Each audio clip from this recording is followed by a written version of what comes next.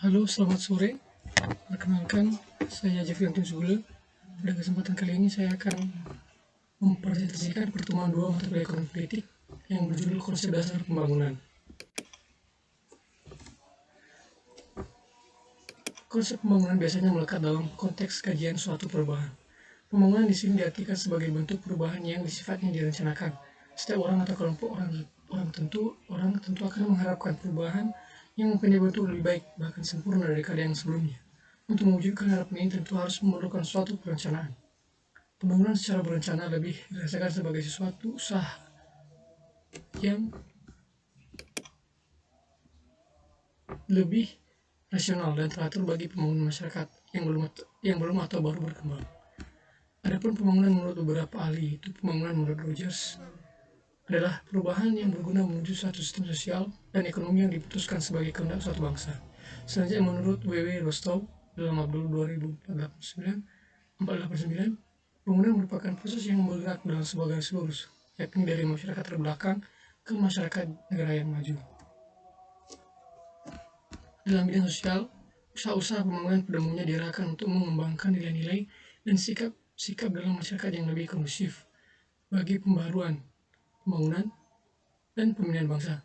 Dalam hal ini termasuk pengembangan motivasi kegairahan usaha yang bersifat produktif, dan yang lebih penting adalah dapat dikembangkan suatu proses pendewasaan masyarakat melalui pembinaan dan dorongan serta adanya energi.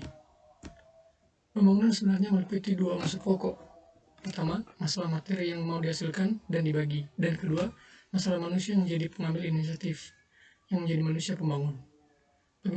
Bagaimanapun juga, pembangunan pada akhirnya harus ditujukan kepada pembangunan manusia. Manusia yang dibangun adalah manusia yang kreatif. Dan untuk bisa kreatif ini, manusia harus merasa bahagia, aman, dan bebas dari rasa takut. Pembangunan pada hakikatnya adalah suatu proses transformasi masyarakat dari suatu keadaan pada keadaan yang lain, yang makin mendekati tata masyarakat yang dicita-citakan. Dalam proses transformasi itu ada dua hal yang perlu diperhatikan, yaitu keberlanjutan dan perubahan.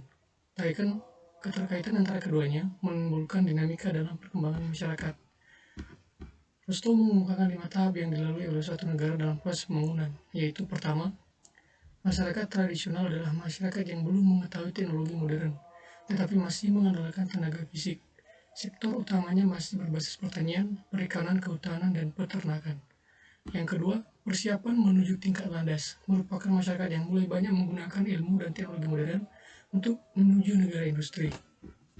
3. Tinggal landas merupakan pertumbuhan ekonomi meningkat dengan prioritas pembangunan di sektor industri. Yang keempat, masyarakat dewasa merupakan masyarakat menggunakan teknologi modern untuk melakukan semua aktivitas ekonominya.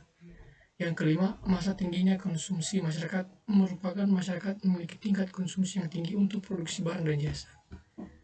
Pembangunan masyarakat menurut Dijen Bangdes pada hakikatnya merupakan proses dinamis yang berkelanjutan dari masyarakat untuk mewujudkan keinginan dan harapan hidup yang lebih sejahtera dengan strategi menghindari kemungkinan tersudutnya masyarakat desa sebagai penanggung akses dari pembangunan regional atau daerah.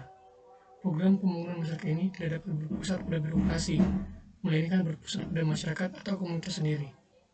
Pemberian kekuasaan pada inisiatif lokal dan partisipasi masyarakat menjadi kata kunci dalam pembangunan masyarakat. Ada beberapa prinsip yang perlu diperhatikan di dalam upaya menuju masyarakat yang berkelanjutan.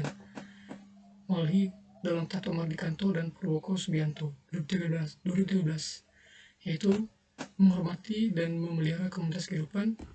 Prinsip ini mengandung bahwa pembangunan tidak boleh mengorbankan kelompok lain atau generasi kemudian. Dia memperbaiki kualitas manusia.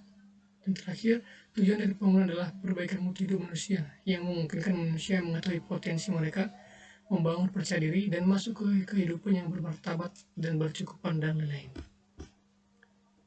Setidaknya ada 3 faktor utama yang mendorong perubahan teori dan paradigma pembangunan, yaitu pertama, perubahan ideologi. Setiap generasi pemikir ekonomi mempunyai basis ideologi sendiri-sendiri, sehingga bila terjadi perubahan basis ideologi, maka otomatis akan membawa perubahan pada kerangka teori dan kebijakan tersebut.